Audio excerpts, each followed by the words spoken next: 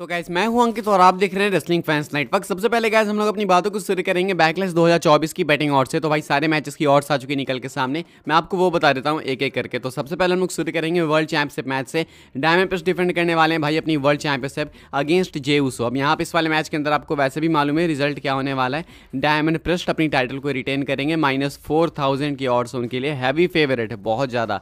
जे उसो underdog हैं +1000 की odds के साथ में। तो यहाँ पे टाइटल सक्सेसफुली रिटेन करेंगे चैंपियन डैमियन प्रिस्ट। इसके बाद एक और वर्ल्ड चैंपियनशिप मैच, इस बार अनडिस्प्यूटेड डब्ल्यूडब्ल्यूई चैंपियनशिप का कोडी रोड्स डिफेंड करेंगे भाई अपनी newly won championship against Edge Styles at Backlash 2024। And यहाँ पे कोडी रोड्स भी सेम डैमियन प्रिस्ट की तरह ही फेवरेट है, हैवी फेवरेट है, आई मीन -4000 की ऑड से कोडी रोड्स के लिए। तो वहीं एज स्टाइल्स अंडरडॉग है +1000 के साथ में। लेकिन ये वाला मैच बहुत अच्छा होगा, भले ही रिजल्ट ऑब्वियस है लेकिन मैच तगड़ा हो सकता है। इसके बाद ट्रिपल थ्रेट मैच है भाई स्मैकडाउन साइड की वेमेंस चैंपियनशिप के लिए।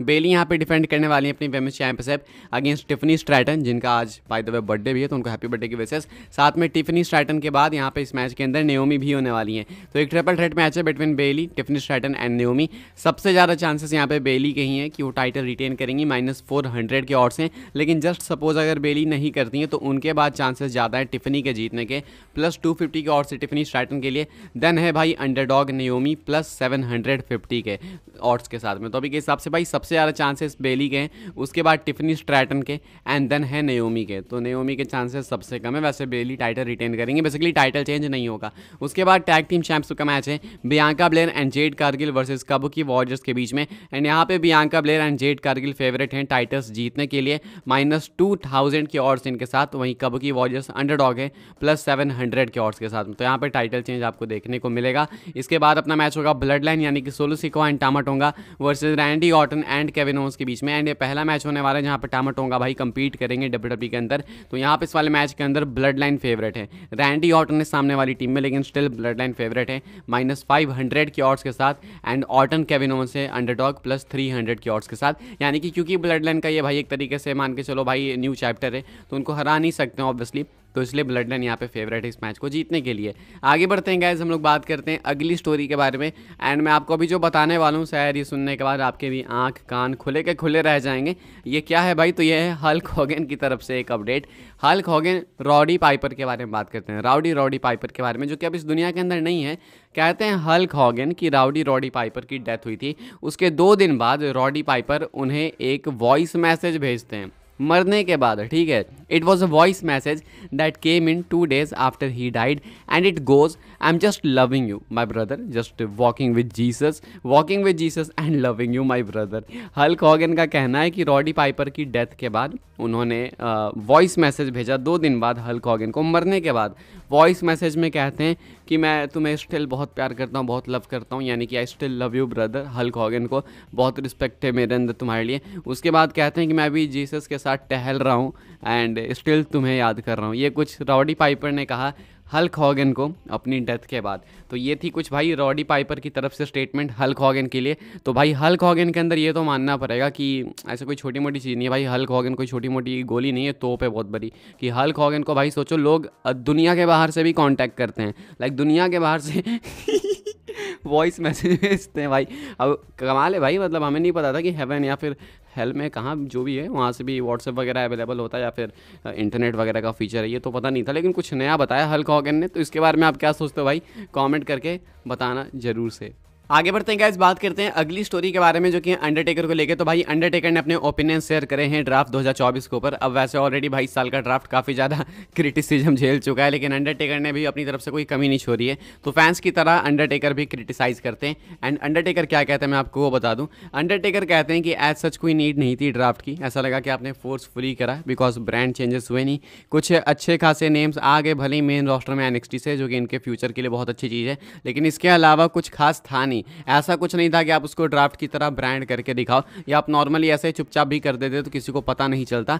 तो ये छोटे मोटे चेंजेस के लिए ड्राफ्ट अनाउंस करने की कोई नीड नहीं थी। अंडरटेकर भी फैंस की तरह ही साउंड कर रहे हैं कि WWE ने फालतू फोकट का टाइम वेस्ट करा, इसकी नीड नहीं थी। अब ऐसे में भाई जहाँ तक मुझे लगता है कि बात ये सही है, बिकॉज बैकलैश की भी हाइप तबाह हो गई कहीं ना कहीं। एक तो कमाल की बात है कि ड्राफ्ट की हाइप बनी नहीं, जो भी थोड़ी बोरी बनी भाई वो भी बैकलैश की हाइप लेके चली गई। अब नाइट वन तो बहुत सरा हुआ था, हमने देखा कि नाइट वन तो एवरेज से भी नीचे था, मिड भी नहीं कह सकते, उसको एल कह सकते हैं। नाइट टू एवरेज एवरेज था, ठीक ठाक सा था, एवरेज ड्राफ्ट की तरह, लेकिन फिर भी वही बात है, घूम फिर के अंडरटेकर वाली बात कहूँगा मैं कि नीड नहीं थी एज सच, कोई ज़रूरत भी नहीं थी कि आप ड्राफ्ट होस्ट करो, बिकॉज एज सच कोई मेजर चेंज करा नहीं हमने। जितने मेगा स्टार्स थे वो ऑलमोस्ट अपने ब्रांड के अंदर ही गए। कुछ चेंजेस नाइट 2 में हुए जो कि शायद अगर डब्ल्यूडब्ल्यूई शांति से भी चाहती तो करा देती, वही जो कि अंडरटेकर ने कहा। तो यही कुछ अंडरटेकर का कहना है कि आप लोग अग्री करते हो, कमेंट करके बताओ। कहीं ना कहीं भाई हाइप तो बैकलेस की भी बर्बाद हो गई ड्राफ्ट की वजह से, एंड ड्राफ्ट का भी कोई खासा बहुत आउटकम नहीं आया। खैर गाइस हम लोग आगे बढ़ते हैं, बात करते हैं अगली स्टोरी के बारे में। एंड क्या mister hustle loyalty respect John Cena भाई आ सकते हैं बैकलैश के अंदर, बिकॉज जॉन सीना को स्पॉट करा गया है फ्रांस में, एंड बैकलैश भी होने वाला फ्रांस से, आपको मालूम ही है। तो जॉन सीना भाई अपने फैंस के साथ फोटो क्लिक करते हुए दिखते हैं फ्रांस में, आप लोग देख सकते हो कि जॉन सीना की लेटेस्ट अपीयरेंस, एंड अभी वो फ्रांस में ही है, एंड हम लोग बस 48 घंटे दूर हैं बैकलैश से। तो क्या इसका मतलब हो सकता है कि जॉन सीना बैकलैश में अपीयर होंगे? देखो भाई मैं इसको ज़्यादा लाइमलाइट स्टोरी को इसलिए नहीं देना चाहता ना, बिकॉज मुझे नहीं लगता कि बैकलैश में आना कोई सेंस बनाएगा जॉन सीना का, इसलिए मैं इसको अंदर अंदर ही कवर कर ले रहा हूँ। देखते हैं भाई अगर आ जाएंगे तब तो बहुत अच्छी बात है, बट आई ऑनेस्टली बिलीव कि ऐसा नहीं होने वाला, बिकॉज जॉन सीना ने पहले भी कह रखा है पैट मैकअफे शो के ऊपर कि वो इस साल के एंड में क्रिसमस के टाइम पे आएंगे अपने आखिरी रन के लिए। सो आई डोंट थिंक कि रेसलमेनिया में आने के बाद वहाँ पे रॉक बॉटम खाने के बाद फिर बैकलैश में कुछ करने आएंगे जॉन सीना, ऐसा मुझे नहीं लगता। लेकिन हाँ वो फ्रांस में स्पॉट किए गए, तो क्या पता एक वन ऑफ अपीयरेंस के लिए आ जाए, बस माइक पे कुछ बोलने के लिए भी हो सकता है,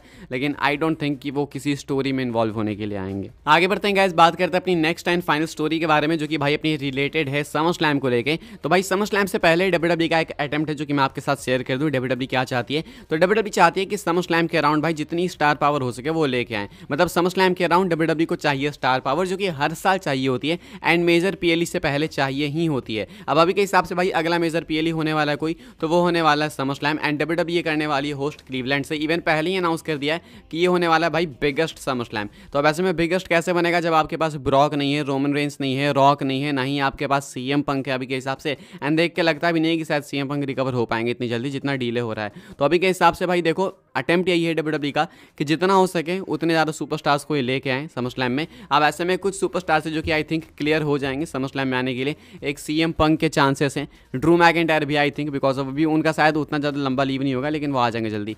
ब्रॉक लेसनर के चांसेस हैं कि शायद वो आ जाएंगे। रोमन रेंस का काफ़ी मुश्किल ही लग रहा है मुझे, लेकिन भाई कुछ कह नहीं सकते, नेवर से नेवर वाली बात है, बिकॉज 2020 में भी कोविड के टाइम पे रोमन समर स्लैम में ही आए थे।